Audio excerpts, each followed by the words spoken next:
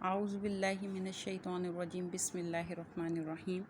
सूरह फातिहा कुरान शरीफ की सबसे पहली सूरत है।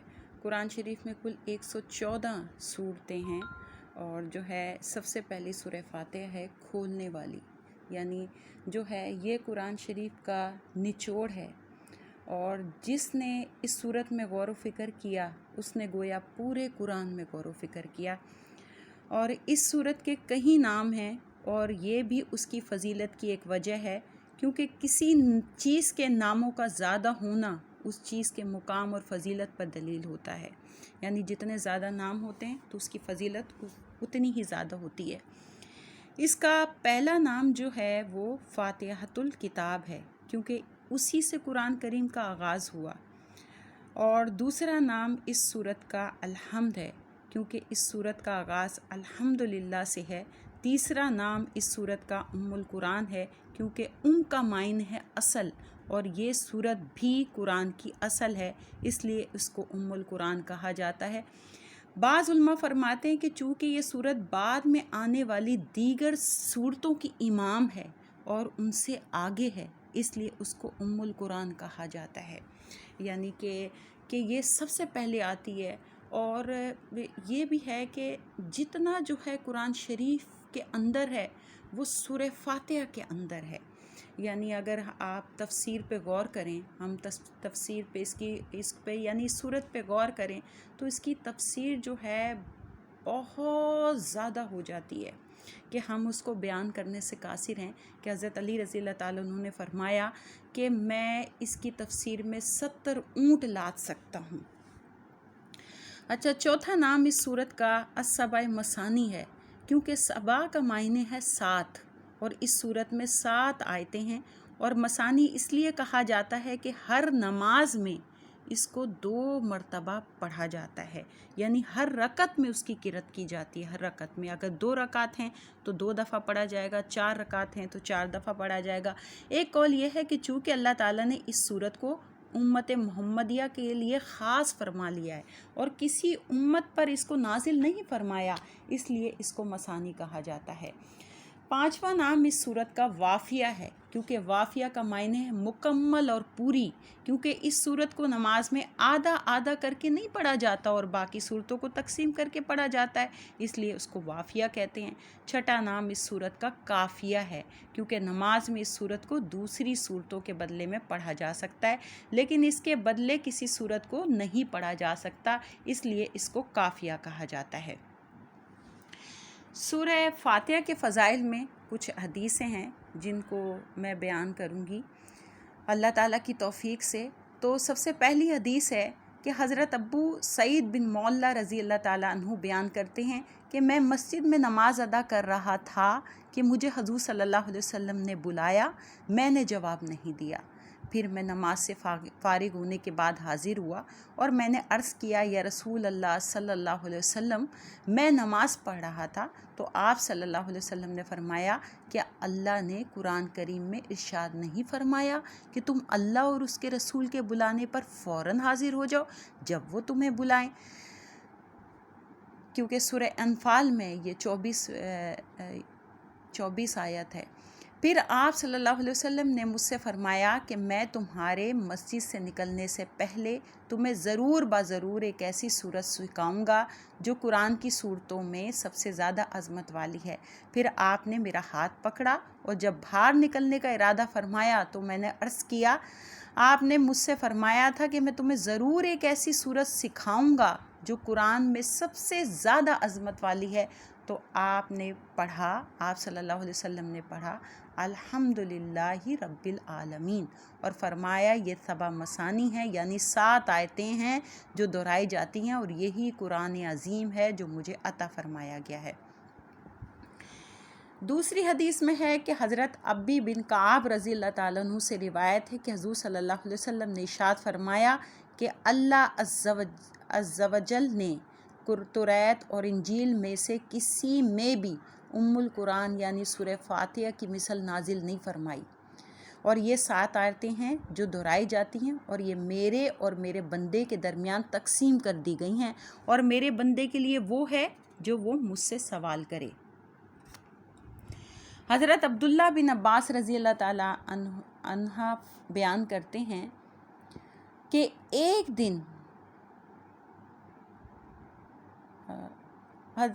دن جبریل علیہ السلام حضور صلی اللہ علیہ وسلم کے پاس بیٹھے ہوئے تھے۔ اچانک حضور صلی اللہ علیہ وسلم نے ایک آواز سنی۔ نبی کریم صلی اللہ علیہ وسلم نے سر اوپر اٹھایا۔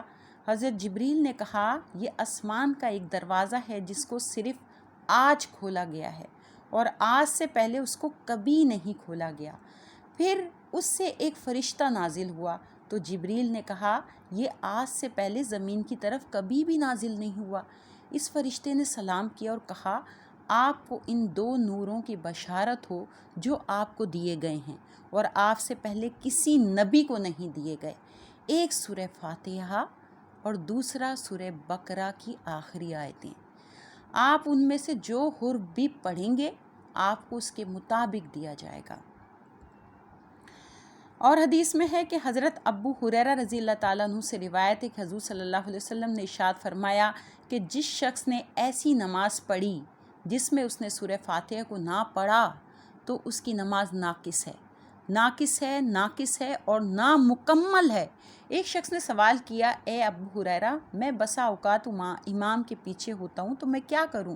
تو حضرت ابو ہریرہ رضی اللہ تعالیٰ عنہ نے میرا بازو دباتے ہوئے مجھے کہا کہ اے فارسی، تم اس کے معنی میں غور و فکر کیا کرو، کیونکہ بے شک میں نے حضور صلی اللہ علیہ وسلم کو فرماتے ہوئے سنا ہے کہ اللہ عز و جل نے ارشاد فرمایا، میرے اور میرے بندے کے درمیان سورہ فاتحہ کو تقسیم کر دیا گیا ہے تو اس کا آدھا حصہ میرے لیے اور آدھا حصہ میرے بندے کے لیے ہے، اور میرا بندہ جو مانگے گا وہ اس کو ملے گا۔ جب بندہ کہتا ہے الحمدللہ رب العالمین تو اللہ تعالیٰ فرماتا ہے کہ میرے بندے نے میری حمد کی۔ پھر جب وہ الرحمن الرحیم کہتا ہے تو اللہ تعالیٰ فرماتا ہے میرے بندے نے میری تعریف کی۔ جب بندہ کہتا ہے مالک یوم الدین تو اللہ عز و جل فرماتا ہے کہ میرے بندے نے میری تعظیم کی، اور کبھی فرماتا ہے میرے بندے نے اپنے آپ کو میرے حوالے کر دیا۔ پھر جب بندہ کہتا ہے ایاک نعبد و ایاک نستعین تو اللہ تعالیٰ فرماتا ہے کہ یہ میرے اور میرے بندے کے درمیان ہے اور میرا بندہ جو مانگے گا وہ اسے ملے گا۔ پھر جب کہتا ہے اہدنا الصراط المستقیم صراط الذین انعمت علیہم غیر المغضوب علیہم ولا الضالین تو اللہ عز و جل فرماتا ہے کہ یہ میرے بندے کے لیے ہے اور میرا بندہ جو مانگے گا وہ اس کو ملے گا۔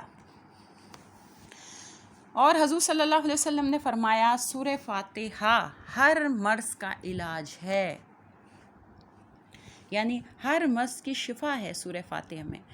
اب دیکھا جائے تو یہ پوری کی پوری دعا ہے سورہ فاتحہ، اور جو ہے قرآن شریف کی آیتوں میں شفا بھی ہے، اور خود قرآن شریف نے جو ہے وہ فرمایا ہے کہ یہ لوگوں کے لیے شفا ہے۔ اب سورہ فاتحہ جو ہے وہ کس طرح ہر مرض کی دوا ہے، تو دیکھیں یہ پوری کی پوری دعا ہے، اور دعا اللہ تعالیٰ سے عاجزی کے ساتھ کرو تو وہ ضرور پوری ہوتی ہے، اور تقدیر کو کوئی چیز نہیں بدلتی مگر دعا جو ہے وہ بہت اہم چیز ہے، اسی وجہ سے جو ہے اس میں ہر بیماری کی شفا ہے۔ تو اب یہ سورہ فاتحہ کے فضائل ہیں، تو ہمیں چاہیے کہ قرآن مجید کی ان 7 بار بار دہرائی جانے والی آیات میں غور و فکر کریں، تاکہ یہ 7 آیات معنی اور حقائق کے 7 سمندر ہیں، یعنی کہ یہ 7 آیات جو ہیں وہ 7 سمندر ہیں معنی کے، اور اللہ کی ان 7 ذاتی صفات کا مظہر ہیں کہ جن کے موافق ہی 7 آسمان اور 7 آسمانی سیارے ہیں۔